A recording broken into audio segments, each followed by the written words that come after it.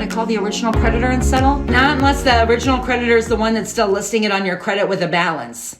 But if they're reporting it with no balance and they've sold it to a collection company and the collection company's reporting on your credit, don't call the original creditor, call the collection company.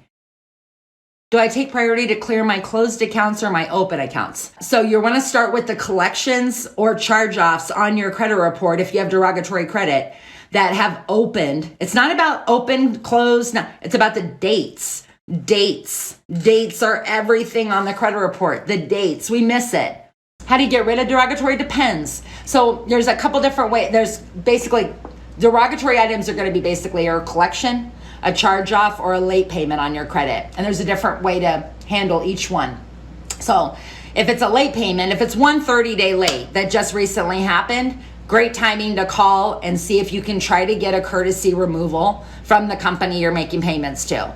If they say no, you try again in 6 months. After you've made 6 payments on time, you call them again. Hey, how about now? Can I get that goodwill letter? You only would want to do that in the 24-month window. Once a late payment is past, it's more than 2 years ago, please don't worry about it anymore, because no matter what energy or effort you put towards it, it's never going to do anything for your score again. It's outside the mix of what makes up your score. So don't worry about that. But a charge-off would be the original creditor you were paying that you stopped paying, okay? They would be listed on your credit sometimes still as a collection that's a charged-off account with a balance. Like they haven't sold it to a collection company yet. It's still reporting with the original creditor as a balance, okay?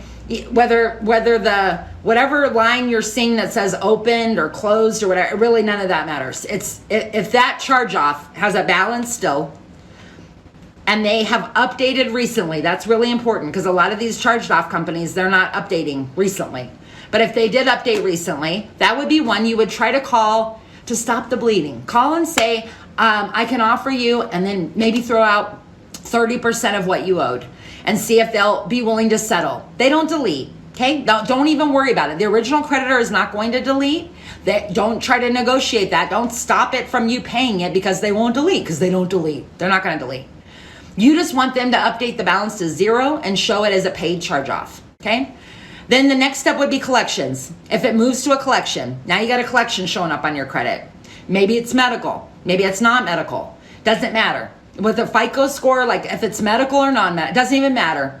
You still got to, if it's recent that they showed up on your credit, like it says the collection on your credit and it says date placed for collection, April 2021. That is the one that's hurting you the most.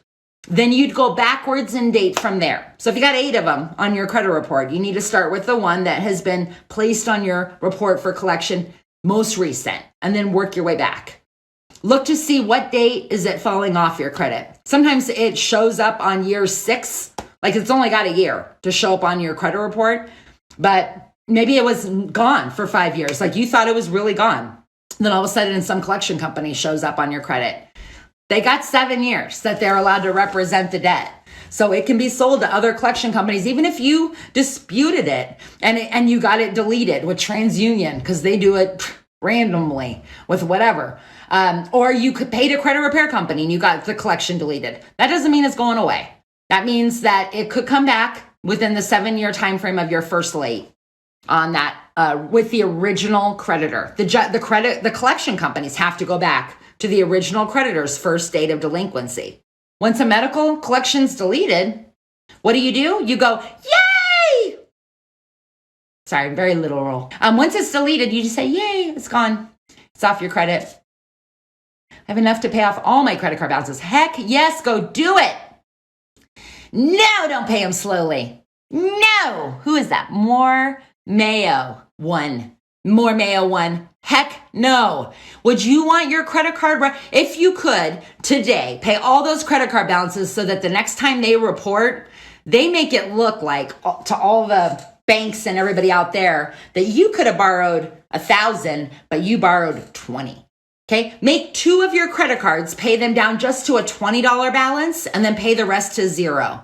Okay. But don't close the 0 balances and don't not use them. You still need to have activity with them throughout the month, but you don't need to have a balance report. You just need to walk into Victoria's Secret, buy something for $10 with your credit card with Victoria's and walk out to your car and pay it off. Like, they just need to feel like you still like them, so they don't lower the limit, they don't close the card. And after 6 months of no use on a credit card, it falls out of what's important in your credit score mix.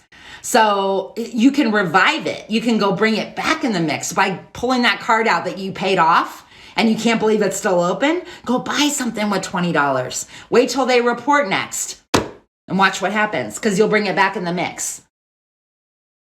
What credit card for your daughter who's in college? Discover. I like Discover. I like Capital One, the Journey card, but I like the Discover card a lot. Just make sure you clearly tell your college kid the amount that credit card says you used out of the amount was available to you is going to be the number one thing factoring into your credit score besides you paying your bills on time. Do not let that credit card show that you utilized more than 10%. And you will maximize your scores. I'm telling you, if you want to stick to what the credit score companies say and do this 20 or 30% crap on your credit cards, you're going to be mediocre all your life. I don't want to see that. I don't want to see that. So I'm telling you, get the balance between $1 and whatever your limit is if you drop the last digit. And then wait for them to update that balance to your credit report and watch what happens. Just mark my words. Trying to buy a home, but I have zero credit scores, zero debt. Yeah, you got to demonstrate somehow that you're going to be good for it. Think about it. If you just showed up at my house, as cute as I'm sure you are, even if I had the money, if you just showed up at my house and said, "Can I have $200,000? Please?" I'd say, "Do you have anybody you've ever borrowed money from? Is there anybody I can call and say if you borrowed money recently from them?" So your credit report is a great place for you to be able to go like, "See, I have a relationship with Wells Fargo and with Victoria's Secret, and they say that I only borrowed $20 out of what's available." So you have to have a history of credit in order for someone to lend you a bunch of money on a house. Not a lot. You don't have to have this $10,000 credit limit. You can have a $300 credit limit and buy a house and get financing for a house. It's that you're using only less than $30 on that credit card. It's not about how much credit card limits available to you. It's about using what you have the right way. I can't express that enough. Use what you got, man. I'm on my ex's Sam's Club card. I removed that card because it's maxed out. Yes. It won't be helping you at all. Just make sure you have a card in your name. I've had several people in the last 2 days that I have had to have authorized user accounts removed from. Because here's the thing, if you don't educate, I know it's going to be humbling for them because they're probably coming to you like, "Sure, I'll help you out. I have a great credit score and I'll let you be on my authorized user account." But most of the time, they don't understand that it's not going to help you if they report a balance more than 10% of the limit. 10% of the limit. Whatever the limit is, drop the last digit. That balance can't be more than that when they report or they're not helping you. If you've had anything negative in the past in your life, in the 7 years time frame on the credit report, you don't have the same kind of allowance. And again, if you're somebody who doesn't care about that because you have good credit, well, you could be at 800 plus if you really started gearing in on your credit cards and making sure the balance was between $1 and 10%. So even you could go from 720 to 800. You might be perfectly fine with being 720, not realizing 800 is really kind of where you want to be. Does a high amount of current student loan debt adversely? No, not at all. I will tell you though, if you are majorly in forbearance or deferment, like if the amount reported on your credit report, the original loan amount versus your current balance, which would be, if in forbearance, interest, sometimes other things added on, and you're over that original loan amount, I have seen people's score go up maybe 10 points when they've brought just the balance down a little bit below what the original loan amount was. It might only be a couple thousand, but just bringing it down below what each of your student loans reported balance is versus what the original loan amount was, I've seen a 10-point increase. I got to watch my time because my daughter, and I got to get off. I'll be back on Wednesday though. Monday, Wednesday, Friday from 4 to 5 is when I usually try to be in here for. Okay, goodbye friends. I love you. I'll see you on Wednesday. Okay, bye. Have a good day.